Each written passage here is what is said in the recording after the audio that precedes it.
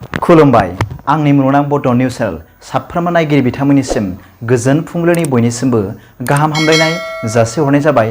आसा खालामो नोंथांमोनहा गासै मोजाङै दं।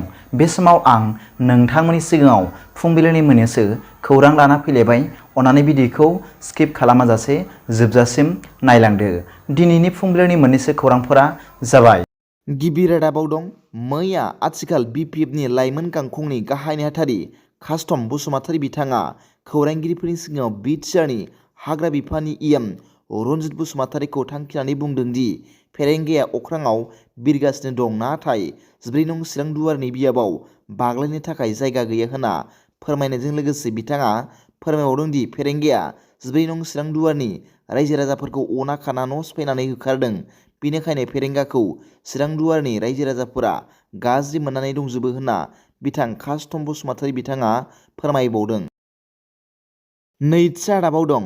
मैया आसाम केबिनेटनि मन्थ्रि मानाव गेदेर उर्खावगोरा ब्रह्मआ खौरांगिरिफोरनि सिगाङाव बर' बिजों थैनो लामा लानायखौ रोखायै फोरमायथिना बुंदों दि मोनसे बिजोंखौ सरकारा माब्लाबाबो बुथारा, नाथाय बर' बिजोंखौ बर'फोरानो बुथारगासिनो दं। मानोना बर'फोरानो खायसेया बर' बिजोंखौनो मोजां मोना आरो गोबां फरायसालिफोर थैलांनायनि जाहोनाबो गोबां बर' सुबुंफोरा इंराजि बिजोङाव थिसननायनि थाखायनो जादों होनना फोरमायदों।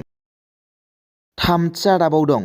BTRनि गाहाय खुंगिरि मानाव गेदेर प्रमद बर' बिथाङा मैया खौरांगिरिफोरनि सिगाङाव फोरमायनाय बादिब्ला BTRनि टेट उथ्रिसार जानाय बिजाथिफोरनो थाबैनो एपइन्टमेन्ट होसिगोन आरो बे एपइन्टमेन्टखौ इन्टारभिउनि गेजेरजों होनाय जागोन होनना बुंदों आरो लोगोसे फोरमायना बुंबावदों दि हाइक'र्टआव टेटनि सायाव केस सोलिगासिनो दं। बे केसआ जोबोब्लानो BTRनि टेट बिजाथिफोरनो एपइन्टमेन्ट होगोन होनना फोरमायदों। NIOSनि बिजाथिफोरनो एपइन्टमेन्ट होनाय आरो होयैनि सायाव गावसोर सावरायनानै थि खालामगोन होननानैबो BTRनि गाहाय खुंगिरि प्रमद बर' बिथाङा रोखायै फोरमायना होदों। ब्रैथि रादाबाव दं। आसामनि बङाइगाव जिल्लायाव फरायसालि नायगिदिंगिरिखौ मावनांगौ खामानियाव सांग्रांथि गैयिनि थाखाय दोनथ'नाय जादों।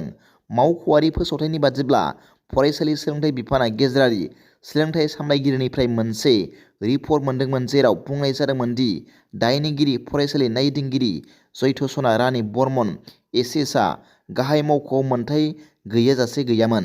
बेखौबो फोरमायनाय जादोंमोन दि थाखो 8, 9 आरो 10 नि थाखाय हादोरसा सोलोंथायारि गौथुम आसामनि टेलेन्ट सार्च आनजाद 2023 आ 31 दिसेम्बर 2023 रबिबारखालि खुंजादोंमोन आरो बेबादिनो बर्मनखौ जिल्ला आनजाद सामलायगिरि लोगोसे नायदिंगिरि मावख'गिरिजों लोगोसे गवालपारा, बङाइगाव, धुबरी खोला, सालमारा, क'क्राझार आरो चिरां जिल्लानि ओनसोलारि बिबानगिरि महरै थिसननाय जादोंमोन होनना मिथिनो मोन्दों।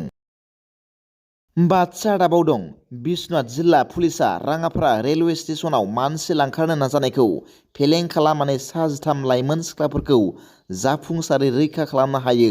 अपारेशननि समाव सुरज नाहक आरो बिनि बिसि सरास्वती नाहकजों लोगोसे लोगो हबिब आलीजों लोगोसे 3 लांखारग्राफोरखौ हमनाय जादोंमोन। बिश्वनाथ जिल्लानि पुलिस सामलायगिरि सुभाशिष बरुवाया गोनांथार खौरां मोनो जेब्ला जिन्जिया पुलिस थानानि सिङाव थानाय सा जिन्जिया साहा बागान आरो रातवानि मोनसे हानजाया सा 13 हिनजावसाफोरखौ ट्रेनजों लांनो नाजादोंमोन। हरखाबै खामानि मावनानै लेङाइ पुलिस सामलायगिरि नबजित दास बागरिनि दैदेननायाव मोनसे पुलिसनि हानजाया राङापारा रेलवे स्टेशनाव सौहैयो आरो सिख्लाफोरखौ जाफुंसारै रैखा खालामनो हायो होनना मिथिनो मोन्दों। द'थि रादाबाव दं। बियो आसाम हादोरसानि बयनिख्रुइबो देरसिन खारिजानायफोरनि गेजेराव मोनसे होनना बुंनो हायोदि स्पेशेल टास्क फर्स एबा STF आरो आसाम पुलिसआ मैया मंगलबाराव करिमगन्ज जिल्लायाव 100 कौटि रांनि फेग्रा मुवा बोखांनो हायो। खौरां मोननाय बादिब्ला सुप्राकान्दियाव STF आरो करिमगन्ज पुलिसजों मोनसे जथाय अपारेशन खालामनाय जादोंमोन आरो गोबां बिबांनि फेग्रा मुवा बोखांनो हादोंमोन। हमजानाय फेग्रा मुवाफोरनि गेजेराव 5.1 किल'ग्राम हेर'इन, 64,000 याबा टेब्लेट आरो 4 पेकेट गुबुन हादोरारि सिगारेटफोर दंमोन। बे आयेन बेरेखा आरो समाज बेरेखा फालांगिजों सोमोन्दो थानाय 4 सुबुंफोरखौ खानो हानाय जादों होनना मिथिनो मोन्दों।